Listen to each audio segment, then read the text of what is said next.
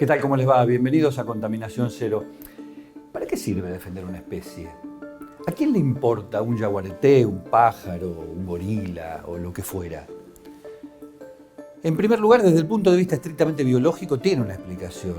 Si desaparece una especie en la Argentina, en una región determinada, las presas de esa especie, es decir, aquellos que son comidos por esa especie, pueden crecer incontroladamente. Y por lo contrario, sus predadores, aquellos que comen a esa especie, pueden verse también perjudicados y también extinguirse. Y así una cantidad de cadenas y redes que incluyen a la fauna y a la flora que se van a ver afectadas y que curiosamente va a parecer que no significan demasiado, pero al final del día vamos a sentir las consecuencias de ello, por ejemplo, en inundaciones, en pérdida de bosques o en muchísimos resultados negativos de la pérdida de una especie. Pero además, la pérdida de una especie significa la pérdida de una riqueza, de un valor, porque una especie tiene un valor económico, un valor simbólico y muchas veces hasta un valor social. Es por eso que, por ejemplo, defender el yaguareté en la Argentina, el tigre que, por ejemplo, le dio nombre al partido de Tigre en la provincia de Buenos Aires, el tigre que aparece en muchísimos emblemas y muchísimos escudos y muchísima heráldica de la Argentina histórica del siglo XIX. Ese tigre, que en realidad no es un tigre, sino un yaguareté, en el caso de perderse, va a traer muchas consecuencias económicas, pero también simbólicas y sociales. Por eso hablamos con Emiliano Ezcurra, que es el director de Banco de Bosques y que lleva adelante un proyecto para defender el yaguareté. Y atrás de la defensa del yaguareté está la defensa de todos nosotros. Véanlo.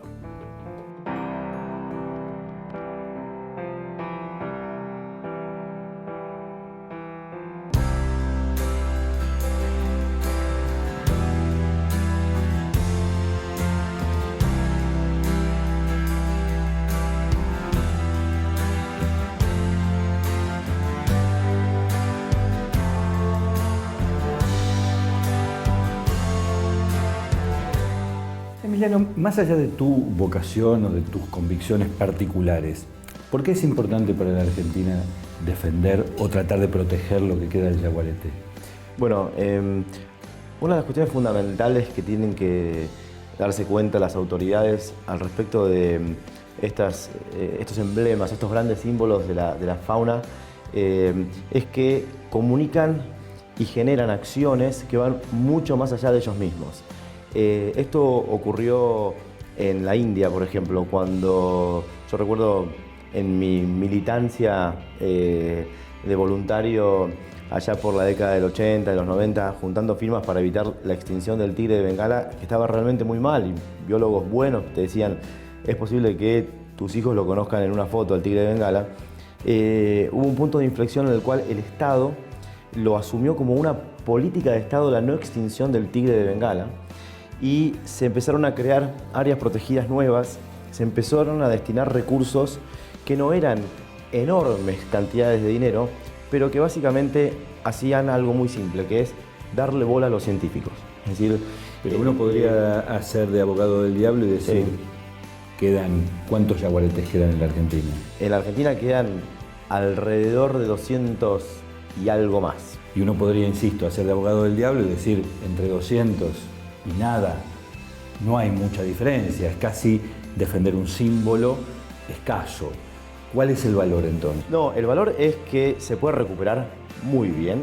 De hecho, hoy sabemos que nuestros hijos, los tuyos, los míos, van a conocer, si quieren, el tigre de Bengala en vivo y en directo. O sea, viven en un planeta donde no se extinguió esta gran especie y eso generó un efecto cascada sobre muchas otras especies, porque eso conlleva a la necesidad de generar más áreas protegidas, generar más conciencia, generar más orgullo.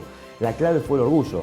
Peor que el tigre de Bengala, mucho peor que el tigre de Bengala, estaba el lince ibérico y se metió hasta el gobierno al más alto nivel y hoy es otra especie que se salvó.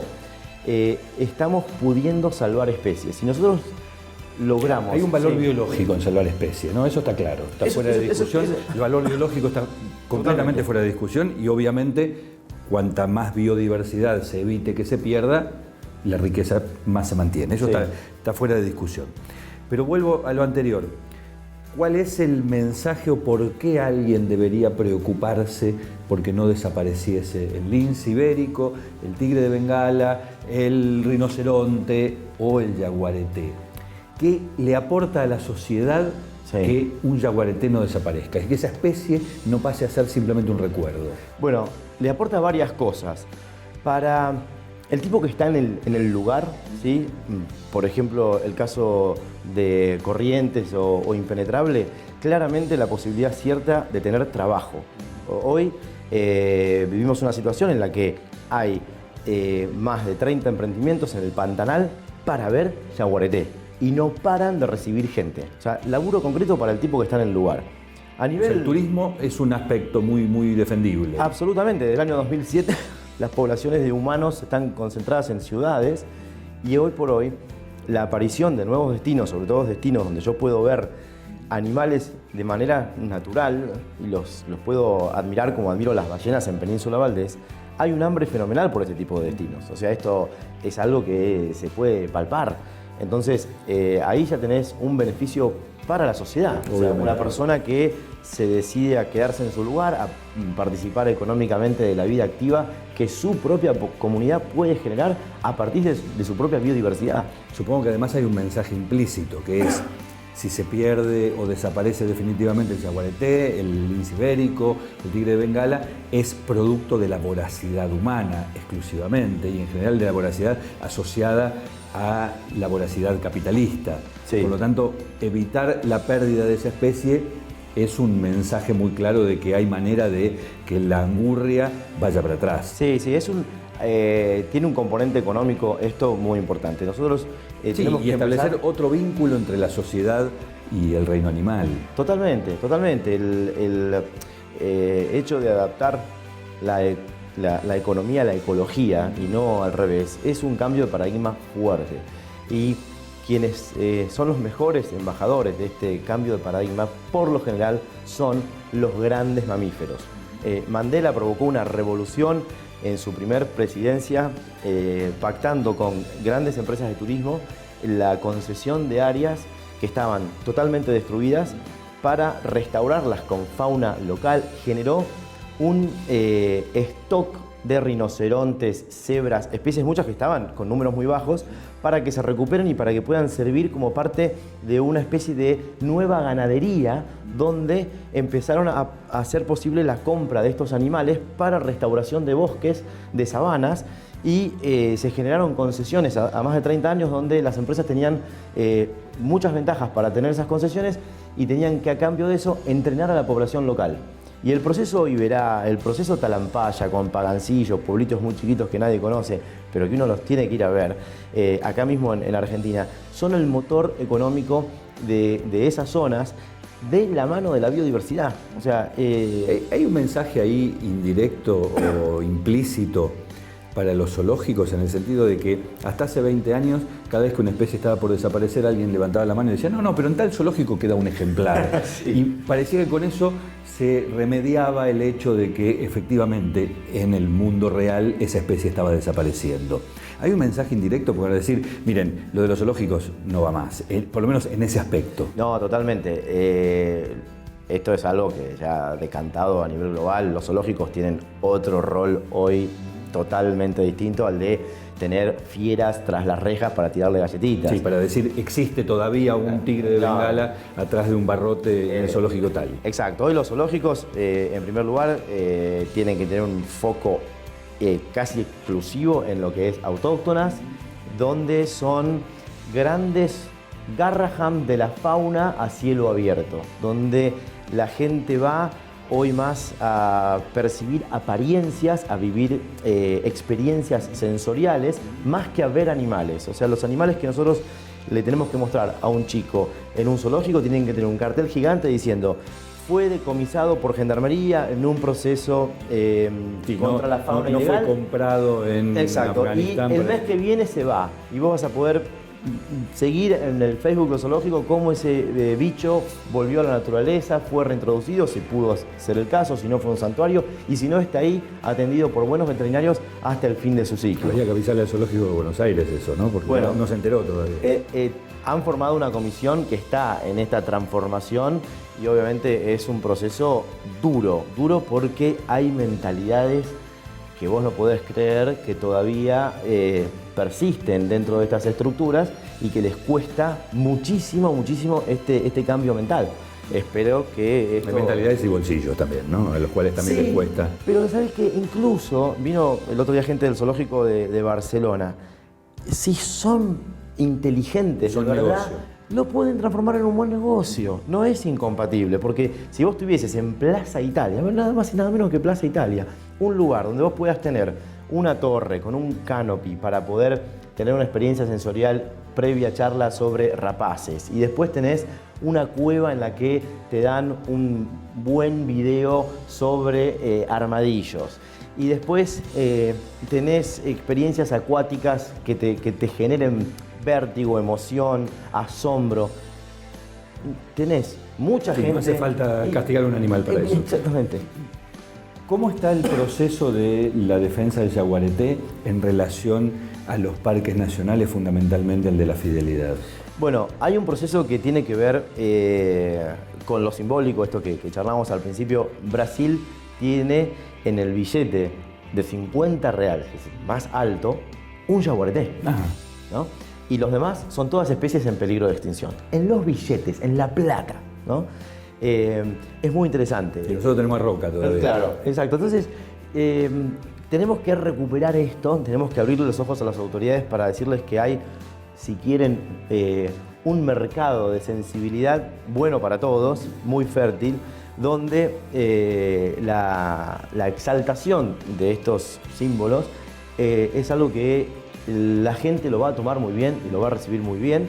Y tanto como la creación de nuevos parques nacionales. Tenemos el caso del Impenetrable, que bueno, ya es un proceso que viene de más de 3 años, con avances importantísimos, pero todavía falta la bendita posesión, que a pesar de que se pagaron los fondos que el juez indicó, todavía por presiones varias no sale la posesión y el lugar está totalmente descuidado.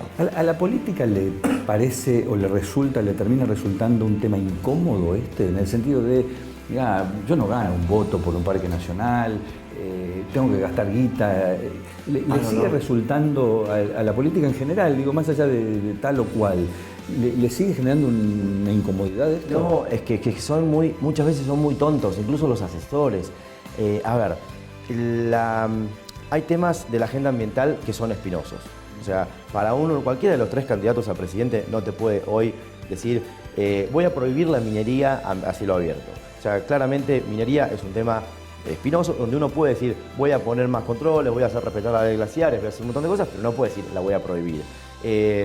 Tiene del otro lado un coloso de una billetera de ahí inversiones hay intereses que hay que respetar y hay que entender. que son imposibles. Con la que hay que convivir, por otra parte. Exacto. Entonces vos tenés que tener mucha cintura y ser muy creativo y muy inteligente. Ahora, hay temas donde es todo ganancia, donde uno puede ir al hueso.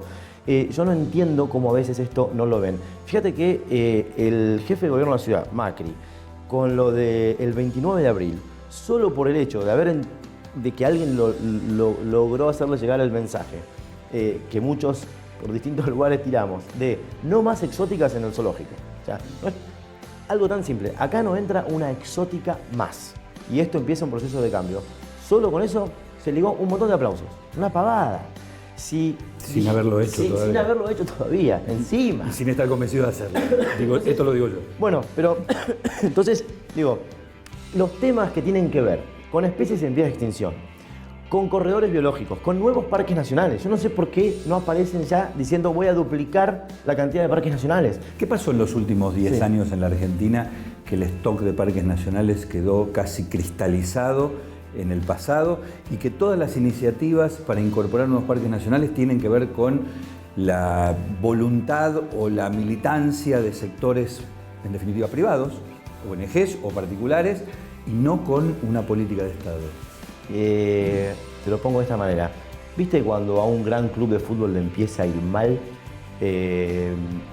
Pierde campeonatos, hace malos pases de jugadores, tiene las finanzas en rojo. Es que no hay en la institución un liderazgo con visión, serio, con ganas, que le guste el club. Entonces se preocupan por las inferiores, se preocupan por hacer buenos pases. Esto es lo mismo, o sea, se achanchan a lo que le pasa muchas veces a instituciones tan importantes como parques nacionales, es que se achanchan. Sí, pero no parece justo achacarle solamente a la institución Parques Nacionales la falta de una visión estratégica del Estado de incorporación de nuevas áreas a los parques nacionales. No, pero digo, por lo menos desde ahí tendría que haber una furia por creación de parques nacionales que no se ve muy claro. ¿Cuánto tiene que ver con esta lógica, a mi juicio muy equivocada, de asociar la política de los parques nacionales a la política del turismo exclusivamente?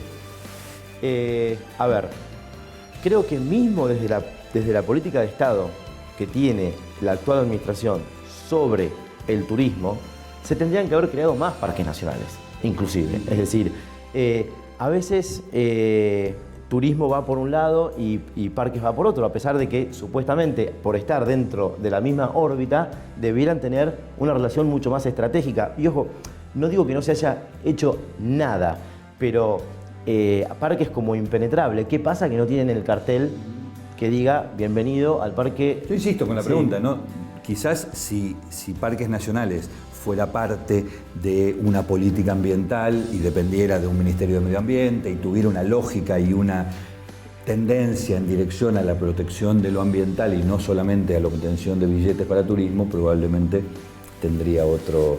Seguro. A ver, la parte técnica de parques nacionales no se erosionó. Eso está. O sea, los técnicos que nosotros tenemos viajan permanentemente afuera porque el Servicio de Vida Silvestre de Estados Unidos mira lo que hace Parques Nacionales en Argentina a nivel técnico, ¿sí? Son catedrales de biodiversidad nuestros parques nacionales. Lo que criticábamos anteriormente era la falta de voracidad por generar nuevas áreas. Vos desarrollaste este proyecto o acompañaste este proyecto para salvar el Yaguareté. ¿Qué otros emblemas en la Argentina hay que salvar rápidamente antes de que desaparezcan? Bueno, nosotros tenemos hoy una crisis gravísima en el pastizal. Gravísima. Y así como nosotros logramos poner en el tapete al Impenetrable y lograr generar cierto glamour por el Impenetrable, es una zona que está buenísima, lo mismo tenemos que lograr con el pastizal. Ahí estamos hablando ya no de extinciones como las del Yaguareté, que si se dan para Argentina, primero es porque somos unos bobos, porque con el partido mucho más cuesta arriba, India logró dar vuelta el resultado con Tigre de Bengala.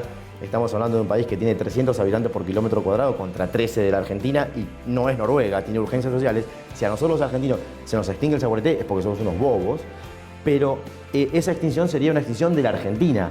Con los pastizales estamos hablando de extinciones totales, globales, a nivel mundial. El tordo amarillo se extingue, y no es que se extingue de la Argentina, se extingue del mundo. Y eso es... ¿Cómo defendés un pastizal en medio de la marea de la soja? Porque son ecorregiones muy vinculadas una con la otra. Sí, lo que pasa es que hoy por hoy, paradójicamente, hoy por hoy, limitar a la soja y a la ganadería en la pampa húmeda, en el espinal, con el avance que ha tenido, la realidad es que no sería tan complicado, porque vos no los estás corriendo. O sea, hoy por hoy, generar los corredores de pastizales, los programas de guardianes de colonia de los sitios de nidificación, como existe con el caso de Macato Viano, tener un poquito más de recursos para tener los biólogos en el campo con los microtransmisores siguiendo a las especies y hacer algún programa de cría de la especie. No estamos hablando de que por esto se frena la ganadería pampeana o entran a temblar los globos. Para ponerlo en un ejemplo que se pueda visualizar, ¿qué sería un pastizal en la Argentina? ¿Cuál sería un pastizal a conservar en la Argentina? ¿Qué lugar específicamente? Porque el Impenetrable es muy identificable como lugar. Sí. ¿De qué estás hablando cuando hablas de un pastizal? Estoy hablando de, por ejemplo, Campo San Juan. Un pastizal espectacular que está en la provincia de Misiones, que es crítico. Misiones es selva, pero hay un pedacito en el sur que es un gran pastizal. Es uno de los pocos que no quedan dañados. Es un ecosistema que está el 1% representado en el sistema de áreas protegidas. ¿Qué es un pastizal para el que no lo entiende? Para el que no lo sabe? Un pastizal es un... Porque es más fácil describir un bosque. Es un océano rubio, espectacular, que uno puede ver muchas veces cuando va por la ruta en la provincia de Buenos Aires. Quedan todavía en Buenos Aires sitios con pastizal. Sí, cuando uno va por la Ruta 11, por ejemplo. Exactamente. Por la Ruta 11, en la zona, cuando se entra, antes de llegar a San Clemente, cuando la Ruta 11 va pegadita a San Borombón, ahí se ven muchos pastizales. Quedan campos en la zona de Lincoln, por ejemplo, Bedia, todavía ahí también, en el oeste bonaerense. En Corrientes hay unos pastizales bárbaros, poquito en Entre Ríos, pero algo hay. Y ahí sí, es bueno para explicarle a la gente, además, que la pampa húmeda no nació con soja plantada. No.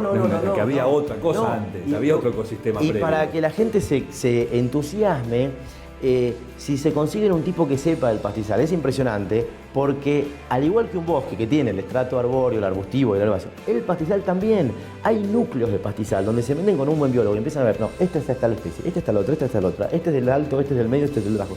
Hay sitios que tienen la misma diversidad de especies vegetales que lugares del Amazonas. Y en términos de fauna representativa, además del yaguareté, ¿qué otra cosa hay que proteger rápidamente? El venado de las pampas. Hay relatos de la época de la colonia que hablan de que los campos se mueven. ¿Qué quiere decir que un campo se mueva? Fíjate la cantidad de venado de las pampas que había, que eran como esas grandes migraciones que uno ve en los documentales de África. Lo teníamos acá. Y la cantidad de venados era tal que parecía que el campo se movía porque tienen ese pelaje bayo que es igual que el del pasto. Entonces era una cosa que debe haber sido impresionante. Nosotros podemos manejar nuestra fauna autóctona para generar más individuos, poner el foco en tener más reproducción de las especies que están en vía de extinción y generar a partir de ahí turismo, nuevos proyectos de ganadería a partir de carne autóctona. O sea, si nos ponemos las pilas, las salvamos a todas esas especies. Si en el caso del venado, si seguimos introduciendo ciervos y permitiendo la reproducción del ciervo en la pampa, estamos en un problema, ¿no? Al axis, al castor, al jabalí europeo, hay que erradicarlos. Otra de las cuestiones que son, como muchas otras, baratas, pero no se hacen por achanchamiento, ¿sí? Y uso esta palabra para que la gente entienda, ¿sí? Donde vos tenés, a veces en el estado, un tipo con pilas, arrasás. Sí, ahí cuando vos citas el castor, el jabalí, el ciervo axis, de lo que estás hablando es de especies que han sido introducidas con fines comerciales en términos generales y que han provocado unos desastres tremendos. Y esto es lo que después, cuando uno habla de las exóticas y las nativas, lo que está tratando de decir, ¿no? Hay que defender las nativas no porque sean criollas o porque sean nacionales, sino porque no provocan el daño que provocan las especies introducidas, sino que por el contrario, favorecen el funcionamiento del ecosistema. Totalmente, nos conviene meter el foco en nativas.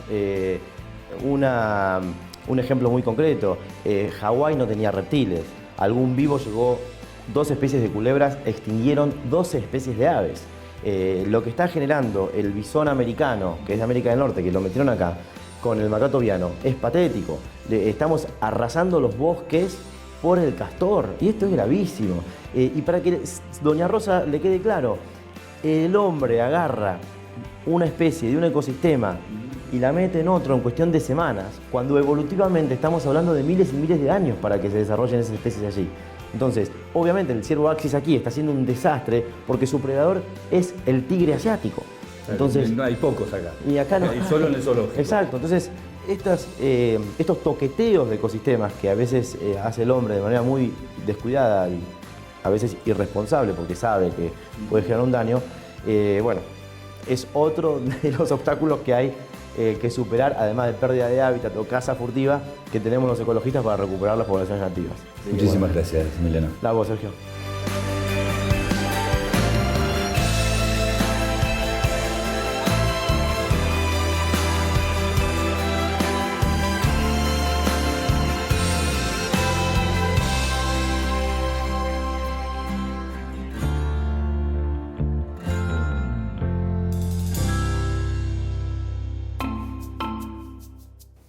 Acabamos de escucharlo. Defender el yaguareté no es solamente defender un animal aislado, sino defender una forma de vida, una forma de obtener recursos y también una fuente de trabajo. Parece una tontería, pero muchos países en el mundo han desarrollado actividades turísticas muy prósperas alrededor de la defensa de un emblema, de un animal, como en el caso del yaguareté en la Argentina.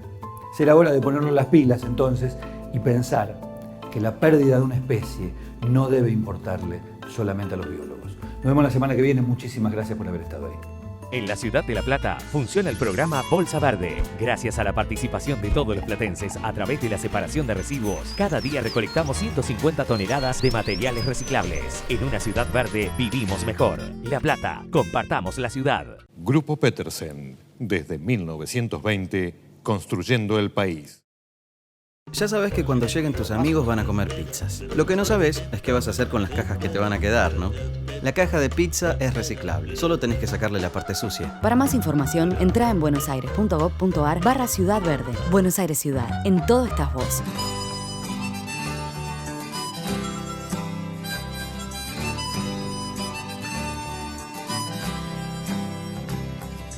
Para ser felices, solo necesitamos respirar el aire puro. Pero el aire está contaminado. Oh, oh.